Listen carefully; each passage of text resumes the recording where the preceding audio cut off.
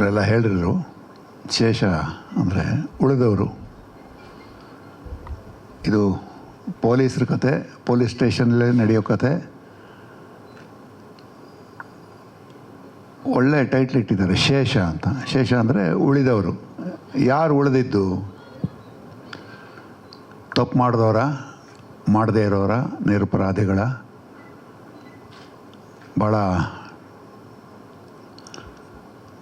ಚಿಕ್ಕದಾದ ಚೊಕ್ಕದಾದ ಒಂದು ಕಥೆ ಮಾಡಿದ್ದಾರೆ ಪ್ರದೀಪ್. ತುಂಬ ಚೆನ್ನಾಗಿ ಮಾಡಿದ್ದಾರೆ.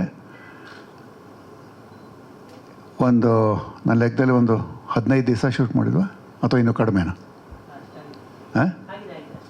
ನಮ್ಮ ಪಾತ್ರ ನಾವುಗಳಿರೋದು 15-20 ದಿವಸ ಶೂಟ್ ಮಾಡಿದ್ದಾರೆ. ಹೆಚ್ಚು ಕಡಿಮೆ ಒಂದೇ ಜಾಗದಲ್ಲಿ ನಡೆಯುವಂಥ ಕಥೆನ ಸುಮಾರು 2 ಗಂಟೆಗಳ ಕಾಲ, 2 ಗಂಟೆ ಕಾಲದ ಸಿನಿಮಾ. ಸೀಟ್ ಎಡ್ಜ್ ಅಂತಾರಲ್ಲ, ಸಿನಿಮಾ ಕೂತ್ರೆ ಕಡೆ ತನಕ ಕೂರುವಂಥ, ನೋಡುವಂಥ ಸಿನಿಮಾ ಮಾಡಿದ್ದಾರೆ ಪ್ರದೀಪು. ಭಾಳ ಚೆನ್ನಾಗಿ ಮಾಡಿದ್ದಾರೆ. ವಿಷುವಲಿ ತುಂಬ ಚೆನ್ನಾಗಿದೆ.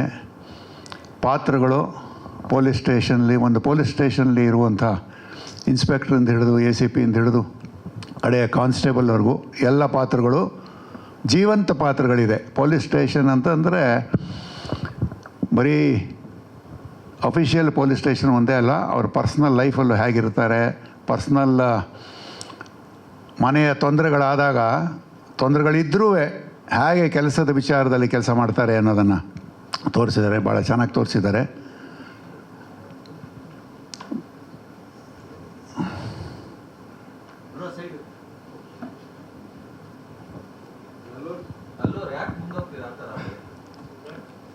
ಹಲೋ ಸರ್, ನಮಸ್ಕಾರ. ಸೊ ಭಾಳ ದಿವಸದಿಂದ ನಾವು ಕಾಯ್ತಾ ಇದ್ದೀವಿ. ಈಗ ತಾನೇ ಟೀಸರ್ ರಿಲೀಸ್ ಆಗಿತ್ತು, ಮತ್ತೆ ನೋಡಿದ್ದೀವಿ. ಇವತ್ತು ನೋಡಿದರೂ ಭಾಳ ಫ್ರೆಶ್ ಆಗಿದೆ. ಆ್ಯಂಡ್ ನಾನು ಹೇಳೋದು, ಪೊಲೀಸರದ್ದೇ ಒಂದು ಕಥೆ ಬಂದು ಭಾಳ ಸಮಯ ಆಗಿತ್ತು ಅಂತ. ಸುಮಾರು ಸಿನಿಮಾಗಳಲ್ಲಿ ಪೊಲೀಸ್ ಇದ್ದೇ ಇರ್ತಾರೆ, ಪೊಲೀಸ್ ಪಾತ್ರಗಳಿರುತ್ತವೆ. ಆದರೆ ಪೊಲೀಸ್ನವ್ರದ್ದೇ ಕಥೆ ಇರುವಂಥ ಒಂದು ಸಿನಿಮಾ ಶೇಷ. ತುಂಬ ಚೆನ್ನಾಗಿ ಮಾಡಿದ್ದಾರೆ. ಇವತ್ತಿನ ನಾವು ನೋಡಿದಾಗ ಕಳೆದ ವರ್ಷದಲ್ಲಿ ಸುಮಾರು 200 ಸಿನಿಮಾಗಳು ರಿಲೀಸ್ ಆಗಿದೆ, ನಾವು ಕೇಳಿರೋ ಪ್ರಕಾರ, ನೋಡಿರೋ ಪ್ರಕಾರ. ಅದರಲ್ಲಿ ಬಹುತೇಕ ಚಿಕ್ಕ ಸಿನಿಮಾಗಳು ಅಂತಂದರೆ ನಾವು ದೊಡ್ಡ ತಾರೆಯರು ಇಲ್ಲದೇ ಇರುವಂಥ ಸಿನಿಮಾಗಳ ಬಗ್ಗೆ ಹೇಳ್ತಾ ಇದ್ದೀನಿ. ಚಿಕ್ಕ ಸಿನಿಮಾಗಳು ಈಗ ದೊಡ್ಡ ಸುದ್ದಿ ಮಾಡೋ ಸಮಯ ಬಂದಿದೆ. ಚಿಕ್ಕ ಸುದ್ದಿಗಳೇ ನಮ್ಮ ಚಿತ್ರರಂಗದಲ್ಲಿ ಇವತ್ತು ಹೇಳ್ತಾಯಿದ್ರು 7 ಸಿನಿಮಾ ರಿಲೀಸ್ ಆಗ್ತಾಯಿದೆ ಅಂತ. ಆಗಲಿ, ಏಕೆಂದರೆ ಎಲ್ರಿಗೂ ಅವಕಾಶ ಬೇಕು. ಸುಮಾರು ಜನ ಹೊಸ ಹುಡುಗರು ಸಿನಿಮಾ ಮಾಡ್ತಾಯಿದ್ದಾರೆ, ನಿರ್ದೇಶನ ಮಾಡ್ತಾಯಿದ್ದಾರೆ, ನಿರ್ಮಾಪಕರು ಬರ್ತಾಯಿದ್ದಾರೆ, ನಟರು ಬರ್ತಾಯಿದ್ದಾರೆ. ಎಲ್ರಿಗೂ ಒಂದು ಒಳ್ಳೆಯ ಅವಕಾಶ. ಆದರೆ ಚಿಕ್ಕ ಸಿನಿಮಾಗಳು ದೊಡ್ಡ ಸುದ್ದಿ ಆಗಬೇಕಾದ್ರೆ ಸುಮ್ಮನೆ ನನ್ನ ಅನುಭವದ 2 ಮಾತು ಹೇಳ್ತೀನಿ. ನಮ್ಮ ಭಾಷೆ ಒಂದೇ ಅಲ್ಲ, ನಮ್ಮ ಕನ್ನಡ ಭಾಷೆಯ ನಮ್ಮ ನೆಲದ ಸಿನಿಮಾಗಳೇ ಆಗಬೇಕು. ಆವಾಗಲೇ ಜನಗಳನ್ನು ಸೆಳೆಯೋಕ್ಕೆ ಒಂದು ಅವಕಾಶ ಸಿಗುತ್ತೆ. ಇಷ್ಟೆಲ್ಲ ಮೀಡಿಯಾ ಇದ್ದರೂ ಯಾಕೆ ಜನಗಳು ನಮ್ಮ ಸಿನಿಮಾಗೆ ಬರ್ತಾ ಇಲ್ಲ ಅಂತ ಒಂದು ದೊಡ್ಡ ಎಲ್ಲ ಕಡೆ ಒಂದು ಅಭಿಪ್ರಾಯ ಇದೆ. ಅದಕ್ಕೆ ಯಾರು ಉತ್ತರ ಹೇಳಬೇಕು ಅಂತ ಗೊತ್ತಿಲ್ಲ. ನಮಗೆ ನಾವೇ ಉತ್ತರ ಕಂಡುಹಿಡ್ಕೋಬೇಕು. ನಮ್ಮ ಪತ್ರಿಕಾ ಮಿತ್ರರನ್ನು ಭಾಳಷ್ಟು ಕೇಳ್ತಾ ಇರ್ತೀನಿ, ಸುದ್ದಿಗಳು ಹಾಕ್ತೀರಾ, ಈ ಪ್ರಶ್ನೆ ಕೇಳಿ. ಏಕೆಂದರೆ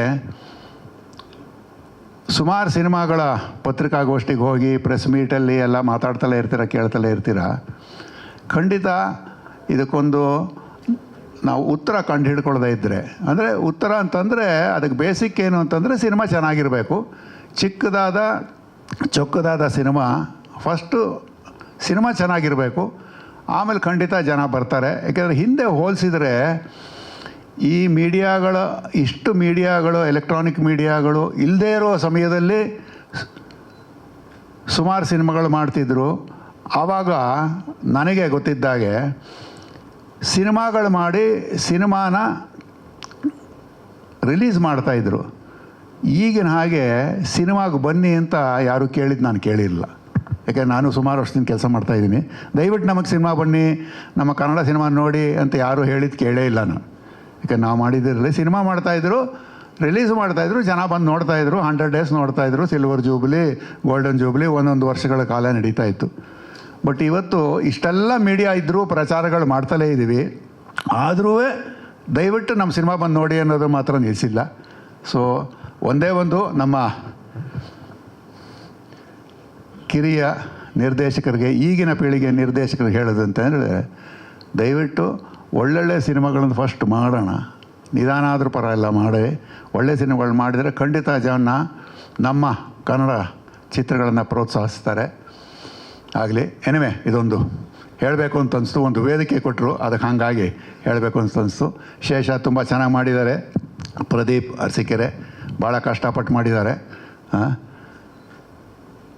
ಅವರು ನಮ್ಮನ್ನು ಬೆಂಬಿಡದೆ ಫೋನ್ಗಳು ಮಾಡಿಕೊಂಡೇ ಇರ್ತಾರೆ, ನಾವು ಕೇಳಿದ್ದೀವಿ. ಒಳ್ಳೆಯದಾಗಲಿ, ಎಲ್ರಿಗೂ ಒಳ್ಳೆಯದಾಗಲಿ. Good luck to the whole team. Thank you sir. Thank you sir. Thank you.